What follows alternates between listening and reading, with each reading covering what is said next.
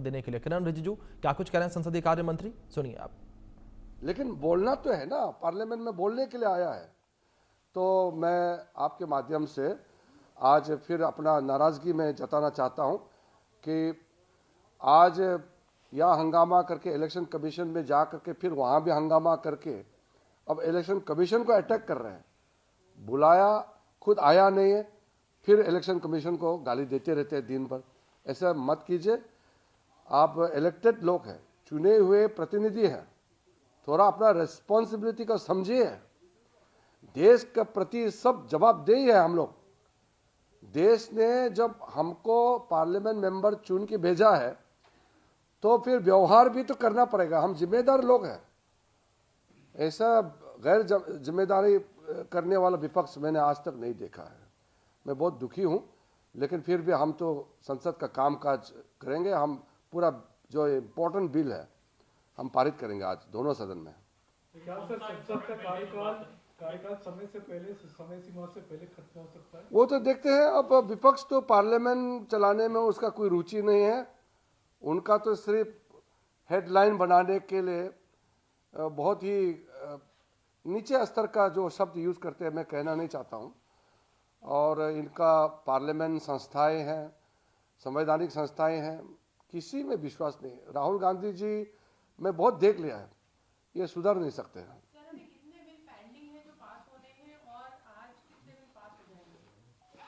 नहीं, आज तो इम्पोर्टेंट बिल्स हम इनकम टैक्स बिल्स है, स्पोर्ट्स बिल्स है, और मणिपुर का जीएसटी और डिमांड्स फॉर ग्रांट्स बिल्स है, और शिपिंग मर्चेंट शिपिंग बिल्स है।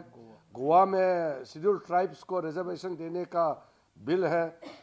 काफ़ी बिल, इम्पोर्टेंट बिल्स आज लगे हुए हैं।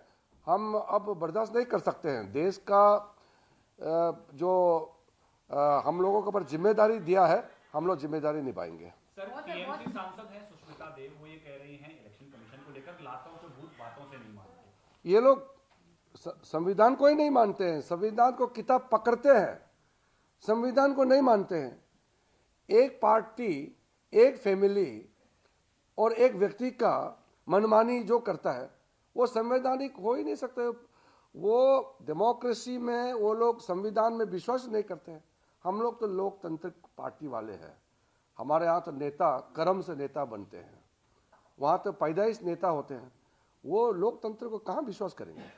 जो एक परिवार ही सब कुछ होता है वो लोकतांत्रिक हो ही नहीं सकता है। इसलिए मूलभूत उनके सोच में डेमोक्रेसी का बारे में कोई विश्वास ही नहीं है। ये लोग, एक आदमी पैदा से ही वो मालिक सोचते हैं अपने आप को, देश और पार्टी को पूरा ठोपता है वो।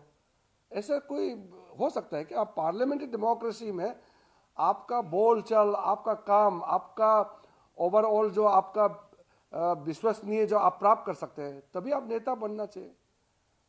पैदा होते ही वो नेता समझते हैं अपने आप को और देश का मालिक समझते हैं।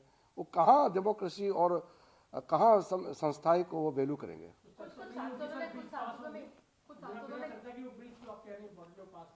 हम लोग चर्चा करेंगे, वो आए न आए हमारे लोग बोलेंगे।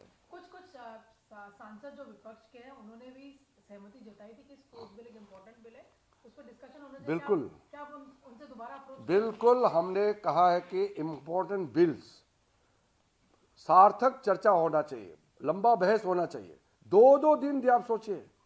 स्पोर्ट्स गवर्नेंस बिल और एंटी डोपिंग बिल के लिए 2 दिन लोकसभा में, 2 दिन राज्यसभा में हम लोग ने टाइम तय किया।